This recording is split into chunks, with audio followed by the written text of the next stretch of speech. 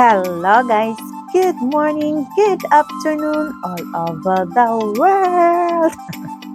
For this video guys is meron lang akong nabasa doon sa aking comment section sa aking previous upload na 10K yung puhunan, tama or sapat lang ba panimula sa isang pagsari-sari store. Yes guys, may nabasa akong comment doon na ang sabi ng nasa comment section is humingi siya ng advice. So babasahin ko siya guys kung ano yung nakasulat sa comment section. Yes, yan yung ating talakayin ngayon sa ating video na ito.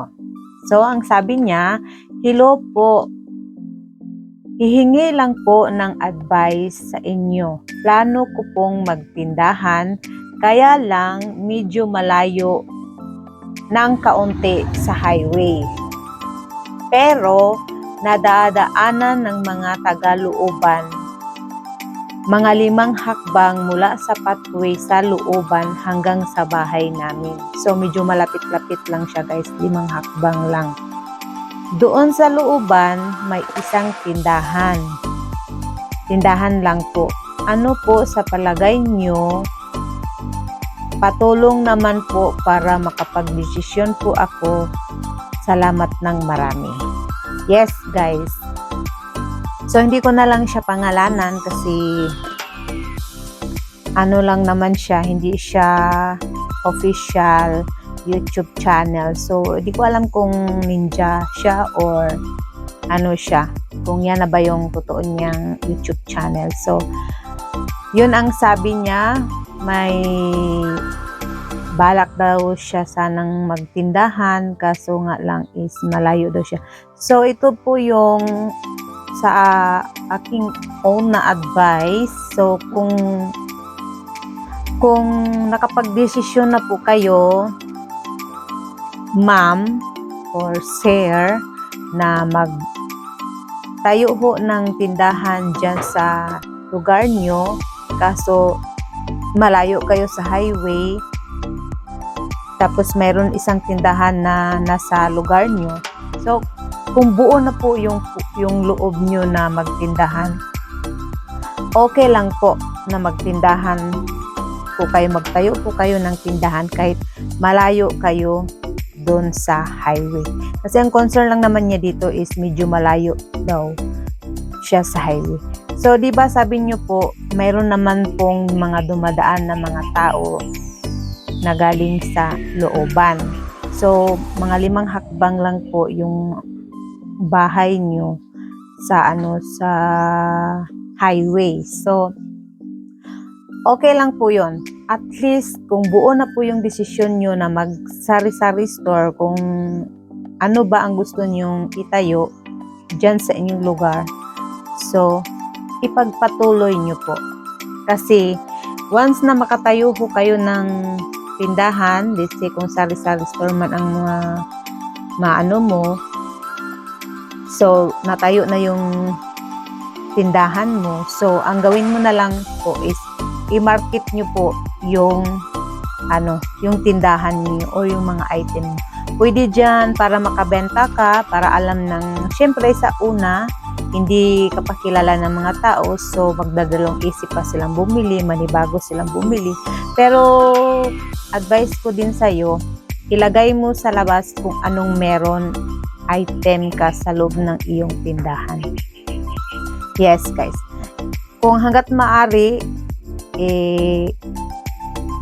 bago ka mag-start ng negosyo is pag-isipan mo muna, kung parang mag-observe ka muna sa paligid mo kung ano yung needs ng mga kapitbahay mo. Tsaka yun yung una mong bibilihin. O sigurado naman mga basic needs sa kusina. Nandun mga iba't ibang mga condiments. So, pakunti-kunti na lang po kayo muna.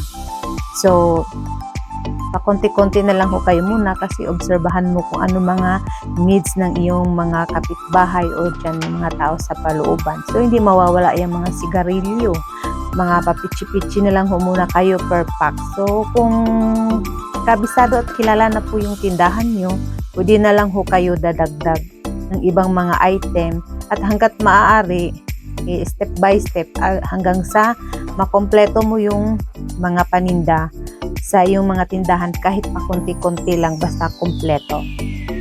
Kasi let's say, 'di ba, may isang tindahan niya na dati nang nagtayo. So, kung wala siyang item, wala siyang paninda na hinahanap ng mga tao sa looban. So, talagang diyan pupunta yan sila sa inyo. Lalo na pag malaman nila na mas less yung presyo mo kaysa sa naunang tindahan at kompleto ka, matingnan ng mga tao sa looban na kompleto ka kahit yung ng mga nasa highway.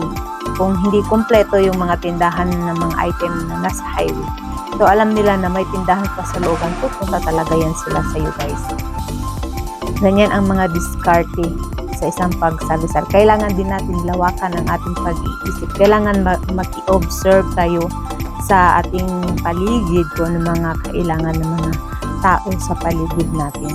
So, basic needs muna, pakunti-kunti muna, hanggang sa maobserbaran mo kung ano mga kailangan nila, hanggang sa padagdag ka ng padagdag, unti-unti mong kumpletuhin yung mga mga product mo, tapos i-market mo siya sa pwede ka maglagay sa labas na bigas for sale, ice for sale, may mga frozen food, ganito, ganyan, mayroon kang pambenta ng alak, ganyan. Ilagay mo siya, kahit magsulat ka lang ng cardboard or kartulina or ganyan. Ganyan ang ginawa ko nung una dito sa aking munting tindahan guys.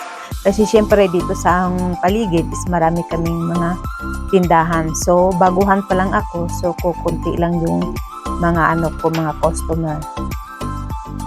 Ganyan lang siya ka-super, ka-sari or ka-negosyo or magninegosyo pa lang.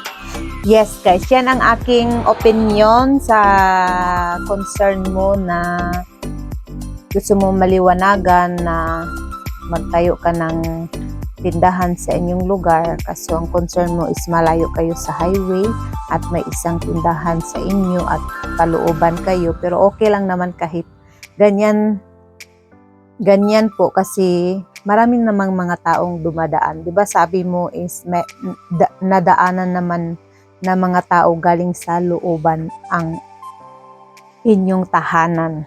Yes guys, hindi ko magtayo kayo ng sari-sari store doon or doon is so means madaanan yung tindahan mo sa mga tao na galing sa looban papunta sa highway. So wag ho kayong mag-alala kasi syempre di naman natin hawak ang mga isip ng mga customer kung saan sila gustong bumili. Minsan hindi sila bumili sa yung ganyan kasi hindi pa sila sanay, nahiya pa silang bumili sa iyo, pero talaunan din guys, maniwala kayo. Balik kung maganda ang pakikitungo nyo sa inyong customer, mababa ang presyo, kaya tayo mga sari-sari store owner is wais din tayo, maghanap din tayo ng mga supplier na affordable yung mga paninda nila na quality, at least kahit paano is maibenta natin ng hindi masyadong mataas ang presyo. Kaya kahit marami kang kakompetensya, balik-balikan ka pa rin ng iyong mga customer kasi alam nila na yung mga product ng binibenta mo is mababa kasi mapagkumpara ang mga customer guys. Kaya kahit marami kayong katabi-tabi niyan, hindi niyo maiwasan, hindi niyo hawak ang isip ng mga customer kung saan sila gusto bibili. Kaya okay lang kahit tabi-tabi kayo or malayo kayo. Marami ngang nagtitinda kahit wala masyadong bumibili sa tinda nila, wala silang masyadong kapitbahay, nagtitinda pa rin sila guys, hindi pa rin sila sumusuko sa pagtitinda kasi hindi naman natin guys na sa isang tindahan i-perfect, kompleto. May time naman talaga na maubusan sila, hindi sila makabili.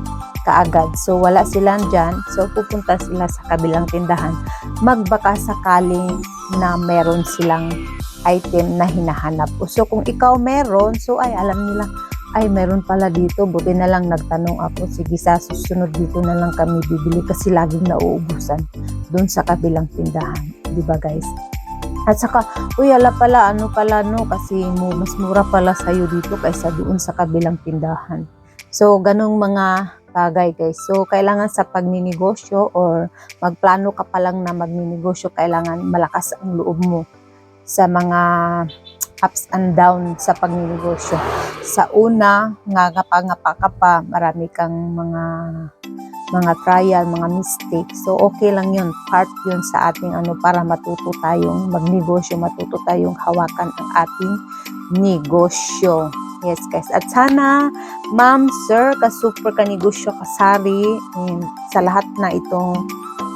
At sana mayroon ho kayong napulot na kahit konting encouragement po na gusto nyo magtayo ng negosyo sa inyong lugar. And thank you po sa pag-comment at mag-comment lang kayo guys kung gusto nyo mag-comment kasi kahit paano is nagbabasa ako ng mga comment at ginagawan ko po,